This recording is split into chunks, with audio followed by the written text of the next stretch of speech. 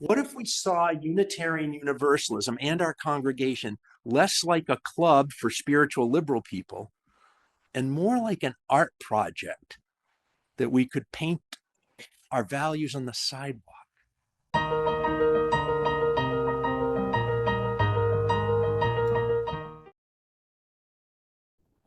The story we saw in video this morning is actually based on a true story. The character of the muralist in the story is based on Rafael and Candace Lopez in the city of San Diego, California. Rafael and Candace Lopez were artists who wanted to bring people together in their community in their neighborhood of East Village, San Diego. They wanted to make the neighborhood more beautiful, deepen a sense of community, gather people together. And so they did what community organizers do.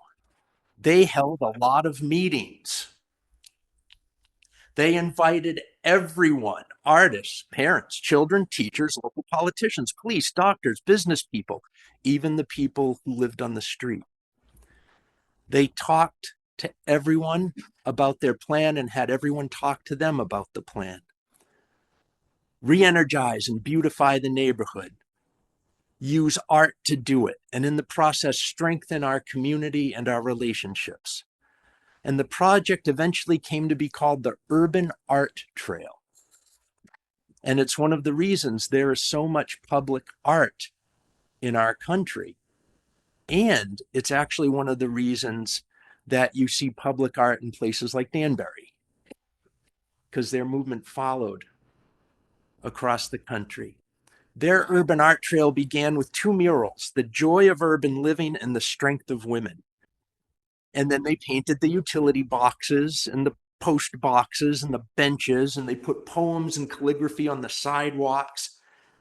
The urban art trail didn't just put art in the neighborhood, it turned the neighborhood into a work of art. Then the community painted everything they could, and they crafted mosaics around the trees as they came up through the sidewalks.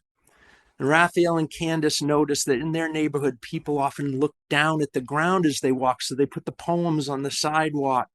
And little by little, the neighborhood grew into a work of art, an inspiration not only to the people who lived there, but to people across the country as the movement spread.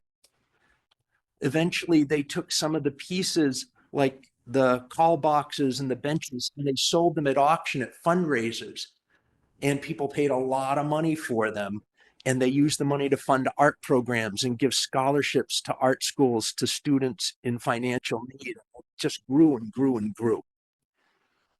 The Urban Art Trail project assumed its reach was everyone in the neighborhood, not just the artists, not just the people who lived next door who might have something to say about this bench and what is done with it, but everyone in the neighborhood. And a strange thing happens when you set out to intentionally include everyone in a project. Your intentions start to create what you're trying to achieve. When you intentionally set out to involve everyone and include everyone, guess what? Everyone starts to feel included and involved. People sometimes naturally come together in community, but genuine community rarely develops without some intention behind creating and deepening relationships between people. And relationships between and among people who might not otherwise share much in common or come together. Other than that, they just might live next to each other or work at the same office or go to the same school. The Lopezes understood that fences don't always make good neighbors. Sometimes they get in the way. Sometimes what makes good neighbors is bringing the fences down.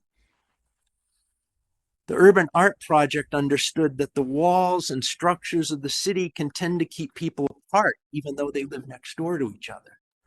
And they aren't neighbors, and they aren't friends, and they aren't family. And one way to bring those fences down is to paint the fence. One can take a wall and turn it from a barrier into a bridge just by painting something on. It doesn't require an artist to understand that all people are neighbors.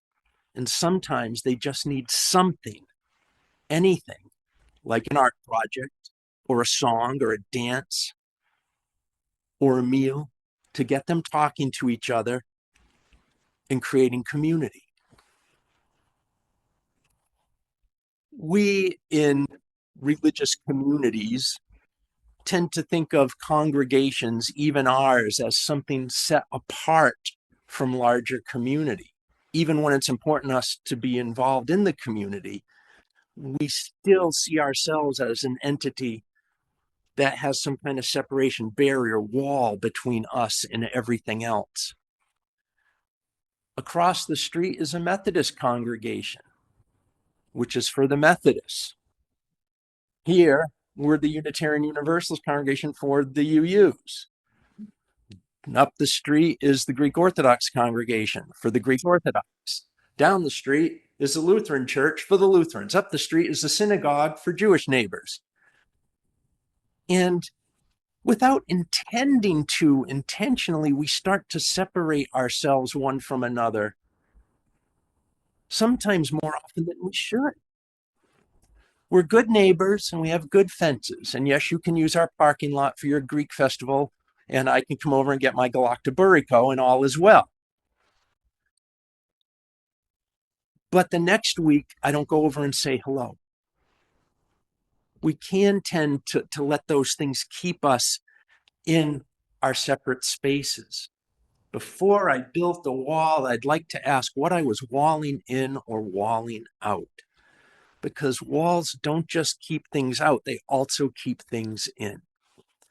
What seems at first like a security system, a barricade, a defense, a fortress, can soon become a cage, a jail, prison, a limit, a leash. And this can happen with congregations as well. There's a designation that comes around with churches that we don't use a heck of a lot anymore. It's called parish. And parish is actually a geographic designation. You're from Louisiana, you know this. Yes. It's one of the few places that still has a meaning. Yeah, only meaning. Like Louisiana is divided into parishes, what would be more like counties here in the Northeast. And in civil government in England, actually, the parish is the lowest, smallest unit of recognized government. It's a geographic area. In 17th and 18th century New England, there were parishes, not just Catholic parishes, there were parishes. In fact, in 17th and 18th century New England, in order for a locality to get a charter from the British Crown and then later from the state government to actually be a town, they needed three things. You know what they were? A gathered church, a called minister, and a meeting house.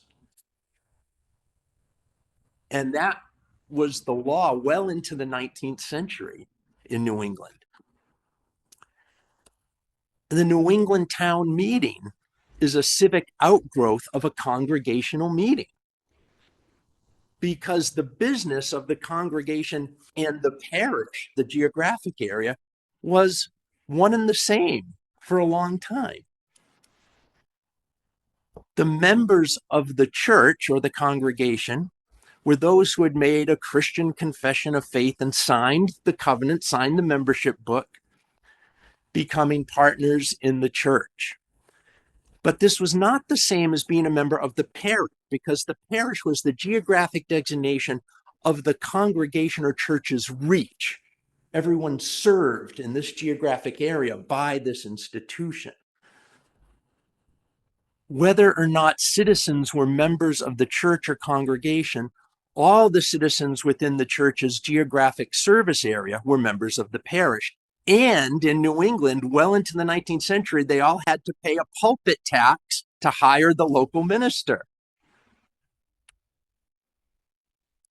And then a Unitarian congregation in Dedham, Massachusetts, really reinforced the laws between the separation of church and state. It's called the Dedham Decision. And what happened was in 1818, the Dedham congregation, the Unitarian congregation, was invited invited an applicant named Alvin Lamson to be the new minister. And this was the time when Unitarianism was starting to creep into all those old congregational churches. And there were some Unitarians already in Dedham. And Lamson had a very liberal, for the time, Unitarian theology. And a lot of the people in the parish kind of shared that. But the majority of the members of the congregation were more conservative, traditional Christians, and they didn't want Lamson. So a conflict arose. And the members of the congregation wanted to separate from the parish, which was becoming too liberal around them. And so Deacon Baker, one of the liberals in the church's membership, sued Deacon Fales, one of the conservatives in the church's membership, because the conservatives had taken the church's money box, its finances, and its communion silver and all its belongings and took them away and were going to build their own new church. So Deacon Baker sued to get them back. Now, Deacon Fales, the conservatives, argued that since a majority of the church members were leaving, and they were, that all that stuff belonged to them, who was now the continuation of the church. But Deacon Baker argued all that stuff belonged to the parish, to everyone served by the church. And the liberals ended up winning the case in court. The court agreeing that the church was built, run, and maintained not only for the benefit of its members, but for the parish. Because the parish paid to sustain, not just the members. Now, that's not true anymore, but it throws out at us an interesting thing to ponder about whose are we? Are we just ours here? Or are we connected to all of these folks around us? Not just as something to dip out into on an occasional service project, but to see ourselves as servants, not of just our membership, but of the parish. And sometimes we get into work that starts to do this, like Danbury Unites for Immigrants. So that Dedham ruling was presided over in court by a Unitarian judge. So, of course, the losing side cried fix and corruption, but it went through a bunch of appeals and it was sustained all the way through by judges who weren't sympathetic, let's say. But this event helped accelerate this Unitarian versus conservative Trinitarian congregational schism that was happening in New England. And by 1830, they figure between 1/4 and 1/3 of all the congregations in New England had turned liberal, meaning become Unitarian. And the losing side that didn't get to keep the silver and the money and everything else left, walked across the street and built a new meeting house, which is why in a lot of New England towns, you have a Unitarian Universalist church on one side of the town green and a Trinitarian, usually here, Congregational Church, United Church of Christ on the other side. Because that's literally what happened in the wake of the Dedham decision. And it was all about, who does the church serve? Whose are we? We in Connecticut are no longer taxed to support a church. In general, probably a good idea. I think if we were, we would find ourselves being taxed to support a pulpit that a lot of us don't really agree with very much. So probably a good thing. There's not a bad thing to have a certain separation of church and state. But I wonder sometimes if we've lost something also the other way, which is to see the community around us as the people we serve on an ongoing basis, not just in special times to go out into the community, to break down that barrier a little more, to see it as more permeable. And I think we'd be better off doing that more and more often. We want a separation of church and state, but we don't want to withdraw into our own private religious world where this is just for you use. or our core values with love at the center are just for us and aren't really important or valuable to anybody else, or how the world around us should run. There's a downside to membership organizations, and that those outside the membership can sometimes be seen as not part of the community, not part of whose are we or who we serve. And it's a vital question. Whose are we? Are we only responsible to the other signed members in our membership book who make a pledge of financial support? Or is the whose and the whose are we a lot bigger? What if we leaned a little bit more into parish and a little less into congregation? Instead of being a group of believers or unbelievers, or however you want to phrase it, however liberal or not a group might be, right? How are we separating ourselves from the world when we're not really intending to? What if, like the old Puritan churches, we saw ourselves as servants of the area around us, not just our members? I hope we continue to do more and more of what we've been doing with Danbury Nights for Immigrants. I think it connects us vitally to more and more people. More and more people who may see that what the members of the congregation have here is also vital to them too.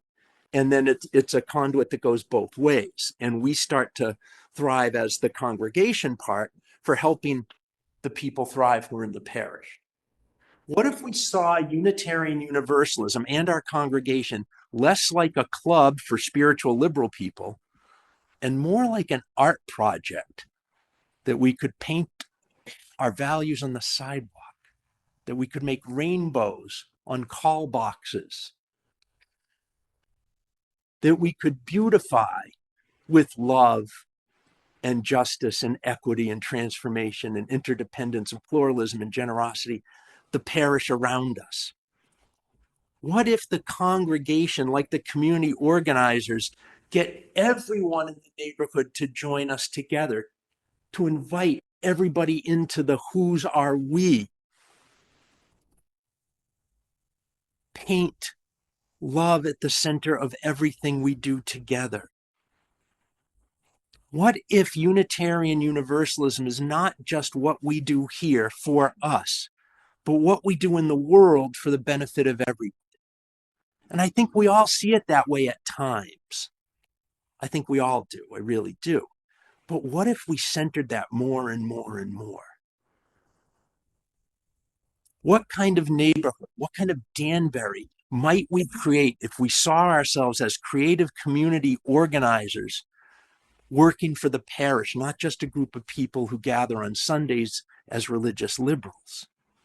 What if Unitarian Universalism becomes a medium like pen and ink or watercolors or oil paint or mosaics that we use to help create inclusion and community and fairness and peace, not just in our own lives, but in the parish around us, in workplaces and schools and government and our city? What might we create? What mural might we paint? How might we color the community around us? I think we just might create something beautiful. Check out my website and blog at tonylorenzen.com for even more resources that will open your mind, touch your heart, and inspire your spirit.